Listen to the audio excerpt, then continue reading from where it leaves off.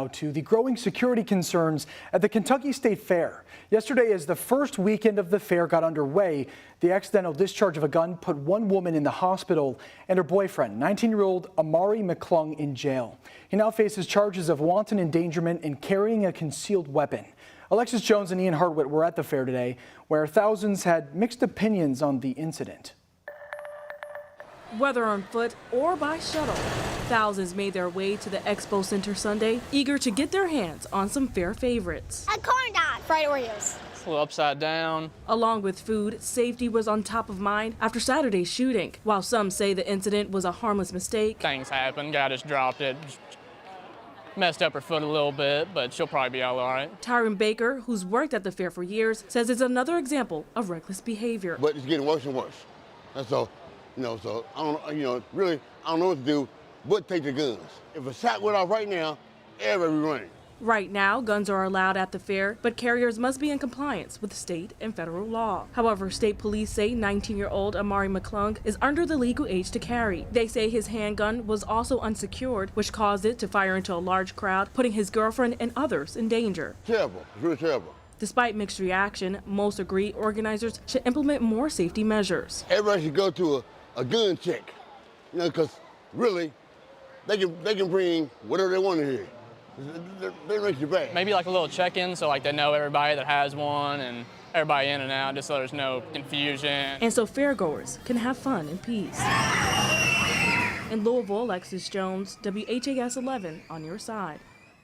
A person is dead after being hit by a car on 264 earlier today.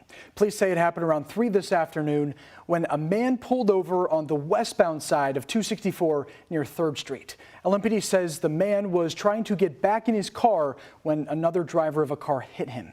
He was taken to the hospital but later died. The accident shut down the westbound lanes for more than 2 hours near the fairgrounds. You can see in this video from earlier today, it backed up traffic for miles. Now to another crash happening overnight in Germantown. A driver crashed their car into a popular restaurant in the area, Four Pegs.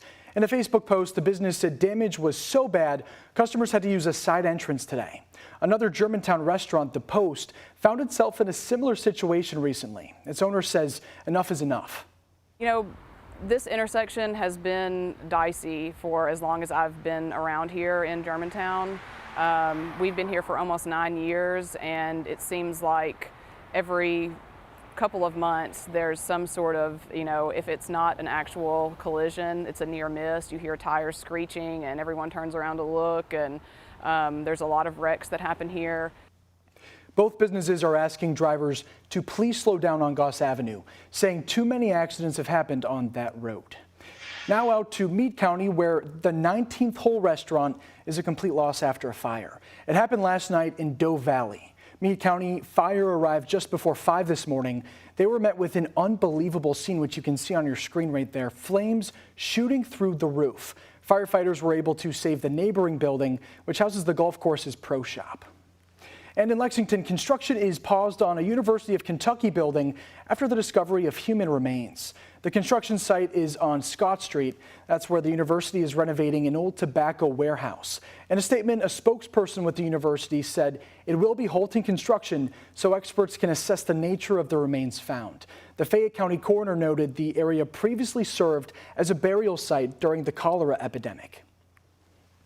All these people were more than likely buried in wooden caskets and wooden boxes, so those have all deteriorated.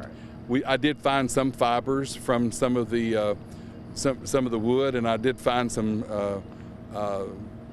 iron nails that were pretty rusted, but still you can see all that in the dirt.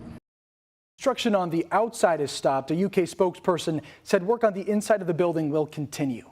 The university currently plans on moving its College of Design into the building.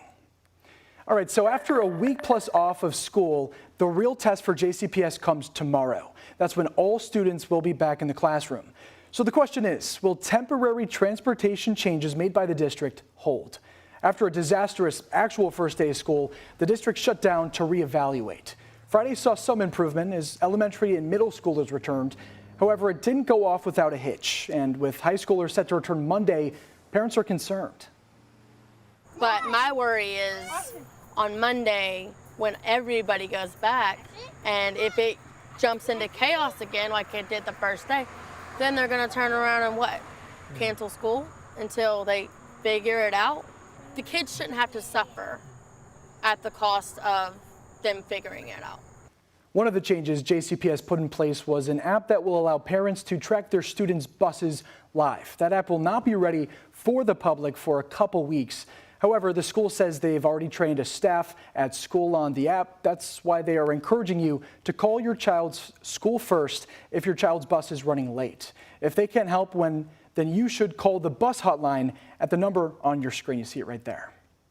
Now, we will be there tomorrow as everyone heads back to school. That's why you should wake up with Good Morning Kentuckiana. We'll have live team coverage as our newsroom tracks JCPS's Transportation.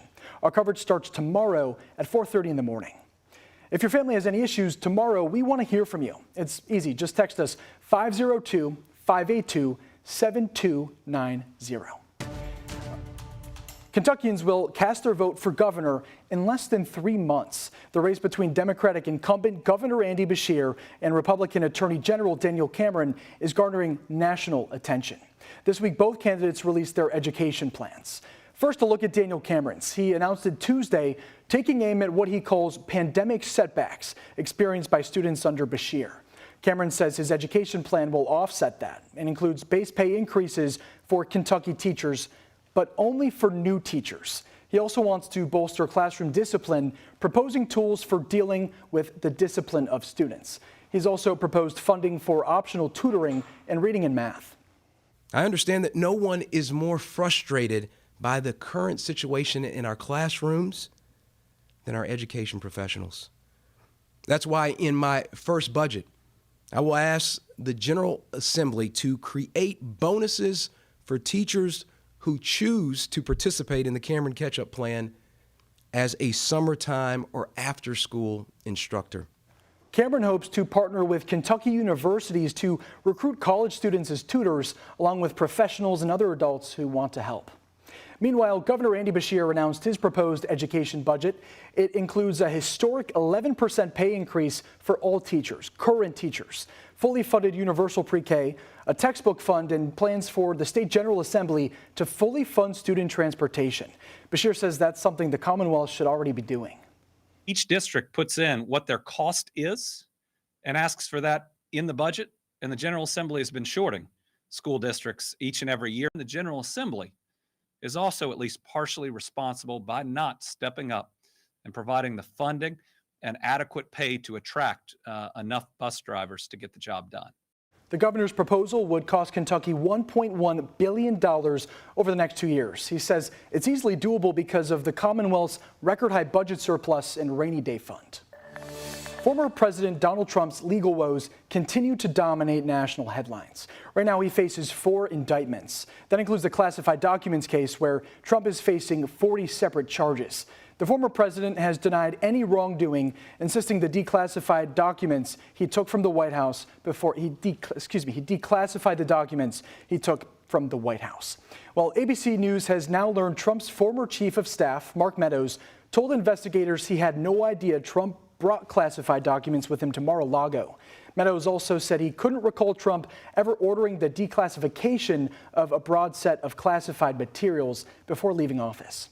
I think this reporting shows exactly why the Trump team fought to keep Meadows from testifying and undercuts one of Trump's main public arguments that he's been making, that he declassified all of these documents before he took them from the White House to Mar-a-Lago. A spokesperson with the Trump campaign responded to the ABC News report, accusing special counsel Jack Smith of selectively leaking incomplete information without providing evidence. Donald Trump has pleaded not guilty to all 40 charges in the case. The news comes as Republican presidential candidates prepare to take the debate stage next week. However, the former president says he does not plan on taking part in the debate.